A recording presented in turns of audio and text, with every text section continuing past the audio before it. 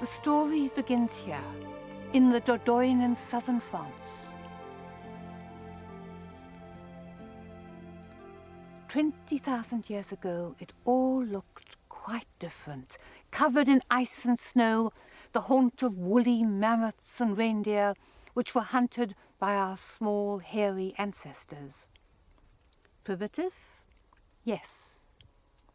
But here, somewhere underneath my feet, is the proof that they were like us in all the ways that really matter.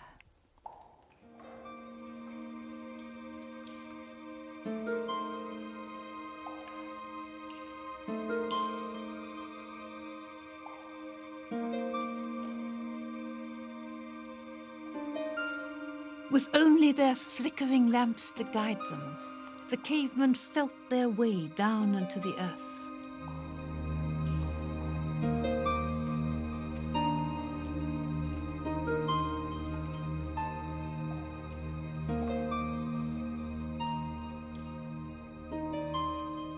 When the prehistoric artists came to Lascaux, the caves were impenetrably dark. These great images were not made to be seen, still less to be sight-seen. Why did they paint them here in the depth of the earth down winding corridors?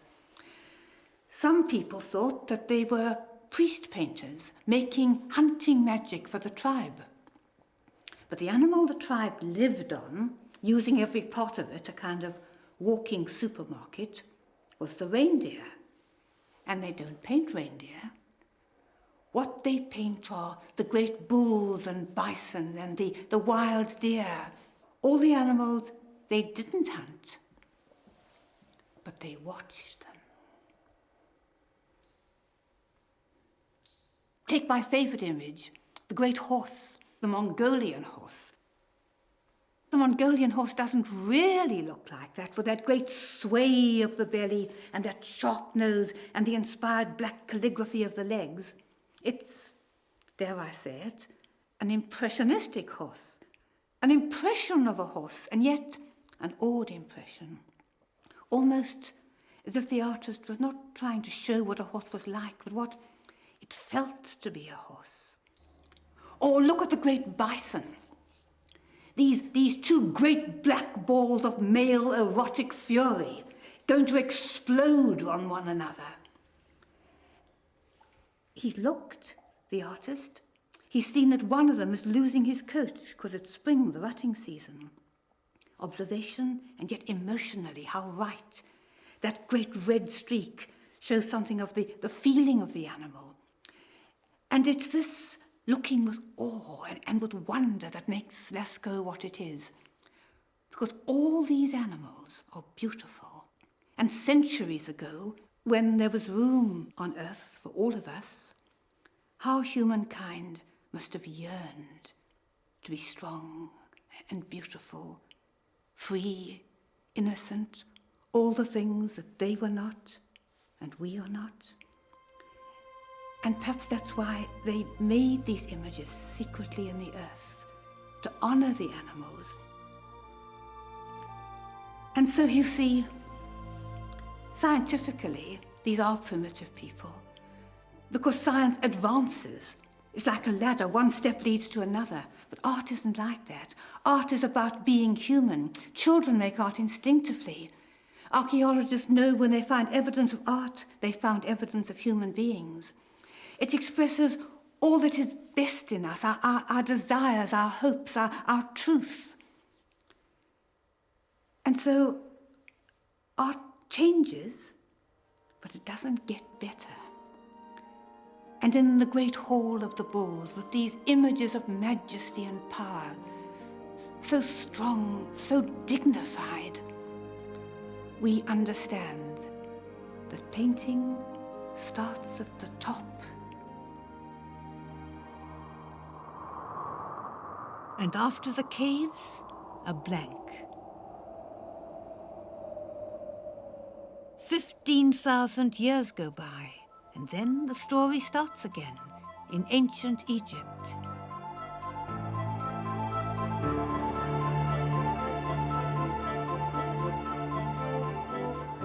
In the world of the pharaohs, the Tutankhamun world, human creation was on an epic scale. But though we know the names of the rulers, we know practically nothing about the architects, sculptors, and painters. They were merely functional, as you can see from the name for both sculptor and painter, he who keeps alive. Essentially, the art of ancient Egypt springs from their intense belief in the afterlife.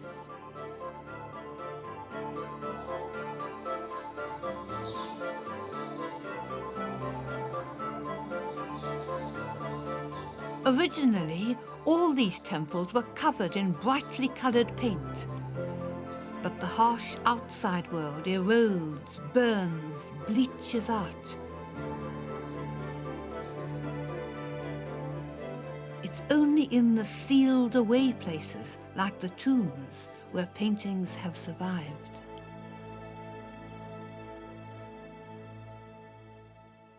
This is a painting we were never supposed to see.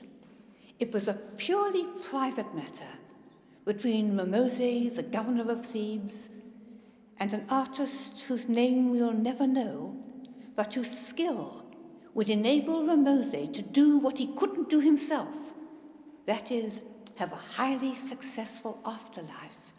Because the Egyptians believed that what you had in the tomb went with you. It made all the difference between great success in the afterlife and miserable anonymity. Now, Ramoses clearly had a most impressive funeral, but it was no good just having it once. He wanted it always, always there with him to show in the afterlife what a great, important figure he was. This is my favorite bit, the mourning women. And of course, you don't want real grief with you in the afterlife, and that's not what he's getting. He's got highly professional mourners, very expensive. If you look at those faces lifted upwards, they're completely impassive. And they're doing the whole mourning act with enormous grace, their arms like a great sea anemone stretching out with elegance into all directions. And the artist has clearly put in this little naked slave girl to show the difference between her and the real mourners. And there's a beginner mourner too, holding on to the elderly lady to show how these movements of the hands have to be learnt. And you know she's the senior lady because she has this drooping pear of a breast as opposed to the firm little apples of everybody else. So there it is. Rich, successful, important Governor Ramoses. And what a joy that at long last we're able to share with him his elegant ladies.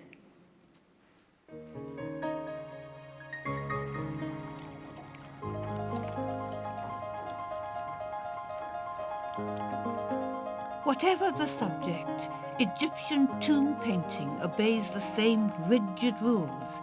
They want the messages to the next world to be totally clear.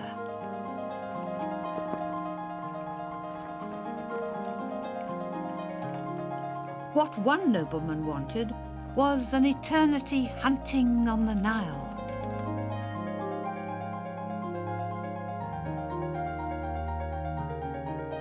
Can you see? Each part of the human body is seen from the most readable angle. A profile is clearer than full face, but the eyes are clearer seen from the front. Full front torso, sideways legs.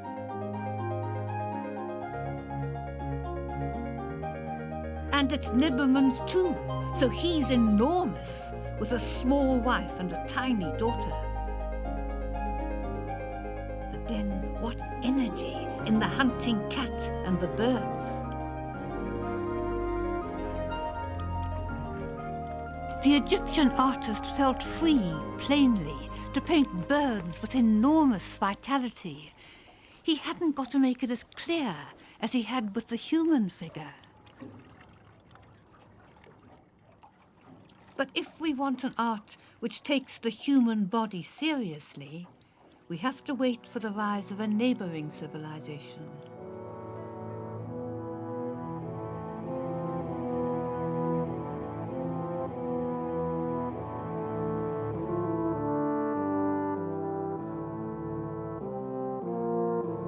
Here, as we can see from the Parthenon statues, it's the human body really looked at that's the center of the artist's interest. Greek writers tell us their wall painting was equally good, unstinting in their praise for its skill and realism. But walls get destroyed, and now the only Greek painting left is on vases. This is a masterpiece, painted and potted by a man called Exikias. At first sight, you might think the figures look disappointingly flat. But look closer, and you're drawn into an intense human struggle.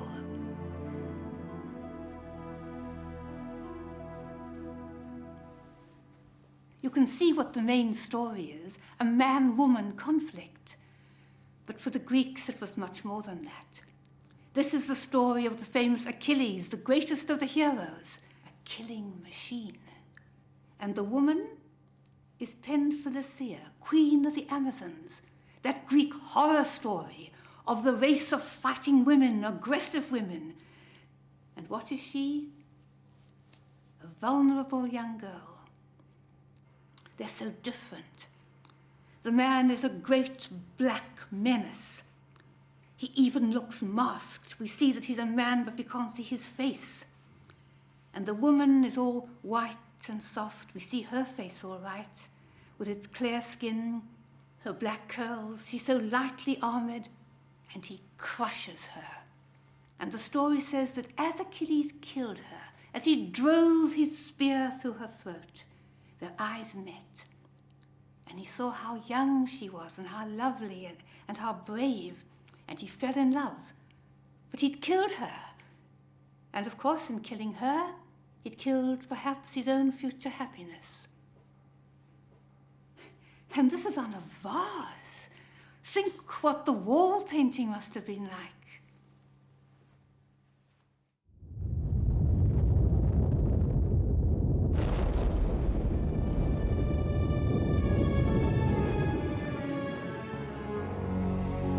'79 AD, Vesuvius erupts, burying the Roman town of Pompeii.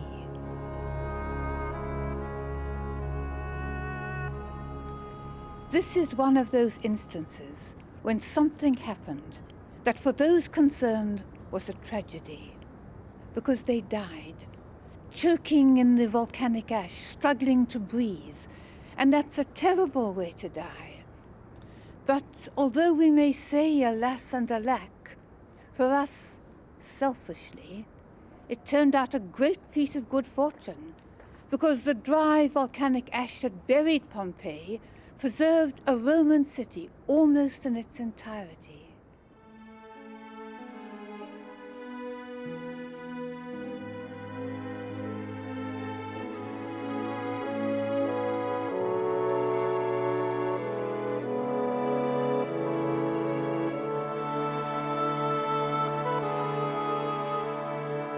Of course, it's wonderful that we have Pompeii, and I don't want to sound ungrateful, but it was only a small provincial town, and we can't really expect great art here. Like the Greeks, the Romans were also interested in realism, but they can't always quite carry it off. These figures are rather unconvincing.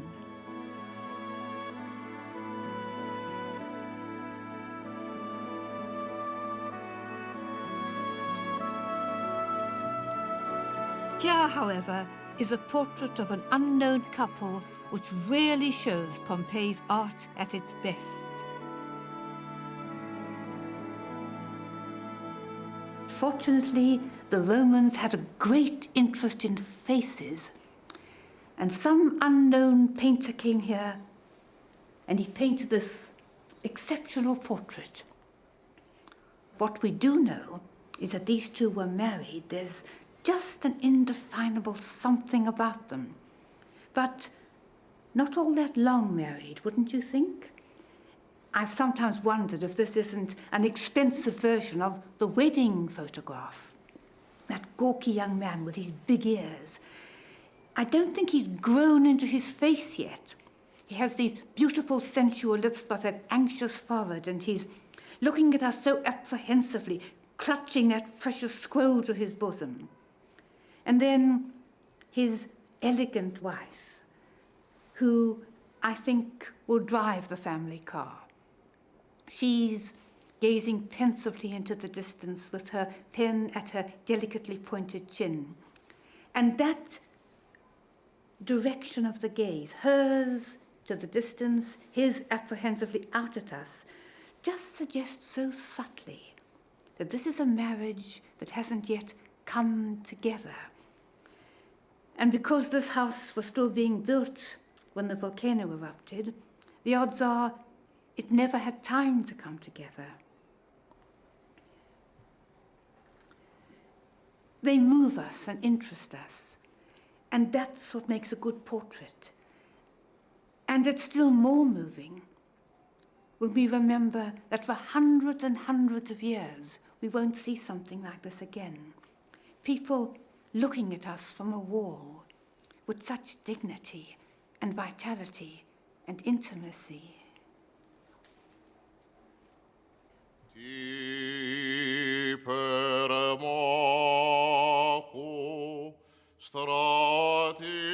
But a strange new sect, the Christians, was soon to conquer the Roman Empire and change the story of painting. In the East, there was a great reaction against the power of the image, the icon. They began to fear that pictures were idols, graven images. And so, icon painting became safeguarded and highly regimented.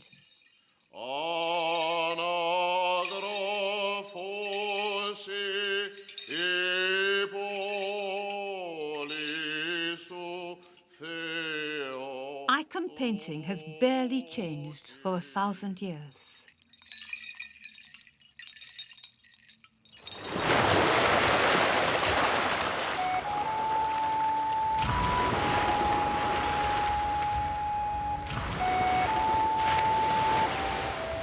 Here in the West, we went through the Dark Ages, where the rules and law of the Roman Empire were a distant memory. Christian communities like the monks on the remote Isle of Iona lived in real fear of Viking raids. But here they were also free to use their Celtic traditions to create the greatest work of art ever to come from the British Isles, the Book of Kells. If I say this is a book to die for, people probably did die for it. Hiding it, finally escaping with it. One can imagine a little boat, a coracle, and some monk sitting there with the Book of Kells clasped to his breast, one of the few survivors who had to live to take the precious book back to the Irish mainland. And even there it wasn't safe, because about 200 years later, somebody stole the book. Not, alas, for the book itself, because it was probably an illiterate thief, but for the wonderful binding and the casket it was in.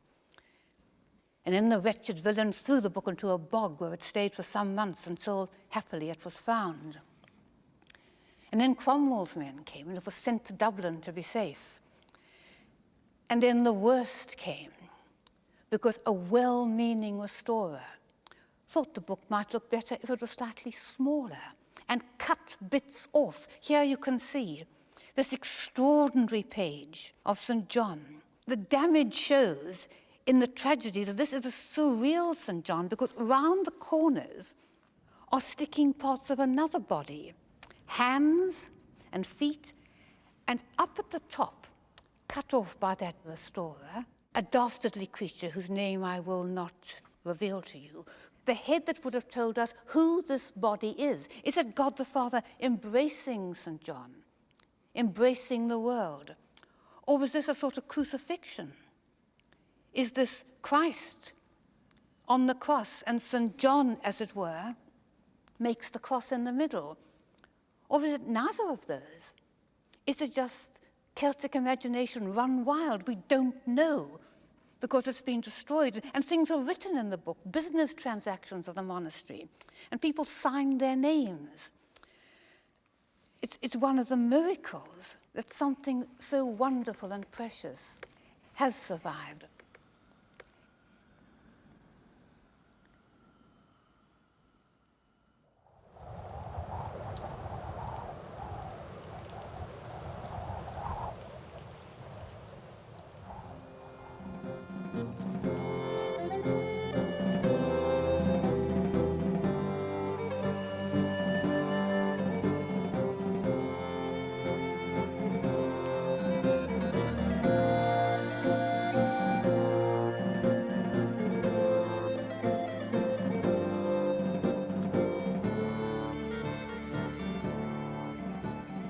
Turrets, battlements, a castle. We've come to the Middle Ages and the time of chivalry. Now the world is becoming smaller. Artists are traveling around and meeting one another. And we're beginning to have what's called, rather pompously, an international style.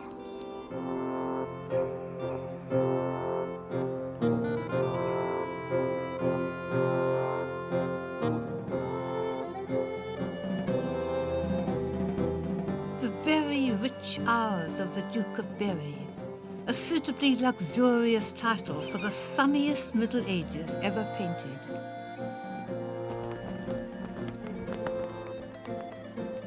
Gentry play, happy peasants toil. It's the rich man's view, and that's what the Duke of Berry was. After 1,000 years, non-religious themes in art have reappeared. And the Limburg brothers paint the Duke's property, castles, land and peasants, to liven up his prayer book.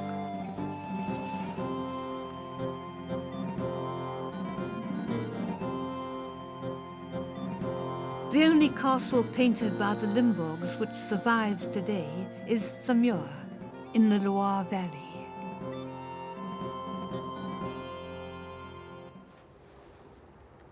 What do we see when we look at this enchanting picture?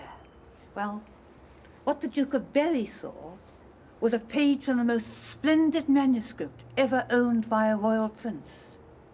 And one can imagine him in a broad iron church looking at these magnificent pictures. This is the month of August from the calendar at the beginning of the book. And it's a miraculous picture because it gives the Duke just what he wants. There's the castle, one of his 17 castles, all pearly and gleaming in the light.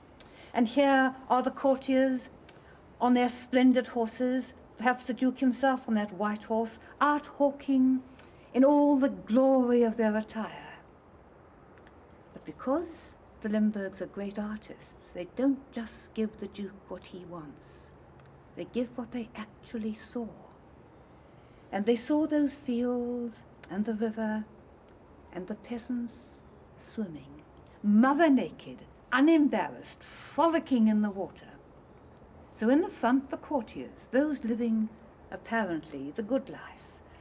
This is August, remember, very hot. They're clothed to the neck in rich, tight clothes. I mean, look at the women's waists. They're on these horses following a game, right, hawking, but it's the rules of the game. And even those sort of canoodling in the back, there are rules for exchanging love looks. So it's a very constricted life, a life being looked at, whereas the peasants, they're free. They're happy.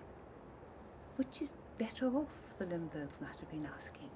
Now, it's this double level that I find so marvellous, and all the Limburgs do. And my favourite painting, I think, is this one, February.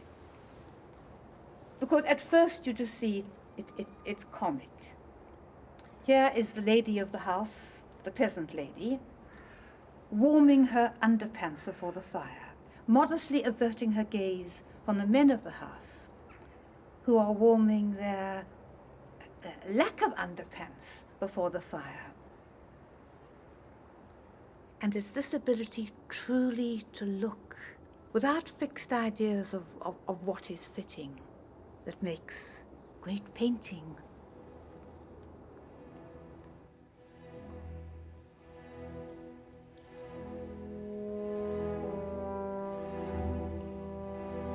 The Middle Ages was actually a dreadful time of war and disease. Plague probably killed the Limburgs and the Duke of Berry, while in England the first poll tax caused a peasant rebellion. King Richard II survived this, only to be deposed and imprisoned. The Wilton diptych, today guarded by the National Gallery, was painted for him by a forgotten artist, perhaps his last comfort in that dark dungeon.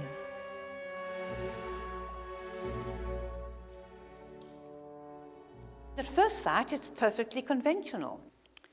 But when you take a second look, you realize that everybody in this picture is either pointing towards or looking at the least significant figure, young King Richard II, except for rather that dim angel at the back that hasn't sort of quite got the idea. And the idea is a political idea. Because Richard was a disastrous king, poor lamb. He was handsome and brave, but he never kind of made it. He hadn't the charism that makes a leader. And all his life he had a struggle against the rejection by his people. For one thing, he didn't want to fight the French, which greatly upset the English. And at the end, shortly after this was painted, he was deposed and died in suspicious circumstances. So you can see what he wants here. He wants to convince himself, and this became the kind of linchpin of his kingship, that it didn't matter what people thought. All that mattered was what heaven thought. You couldn't unking a king. You were born such. And he's showing all the powers of heaven are on his side. There's even that rather vulgar touch, that the angels are actually wearing his badge of the White Hart. If you think of them as wearing little Union Jacks, you'll see how really very low class that is, but it comforted him. And you can imagine poor Richard, rejected and depressed, propping this icon up as he knelt to say his prayers, and remembering that even if his people didn't love him, the powers of heaven did.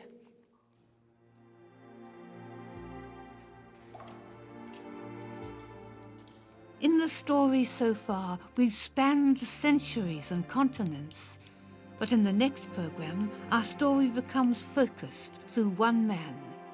His name is Giotto.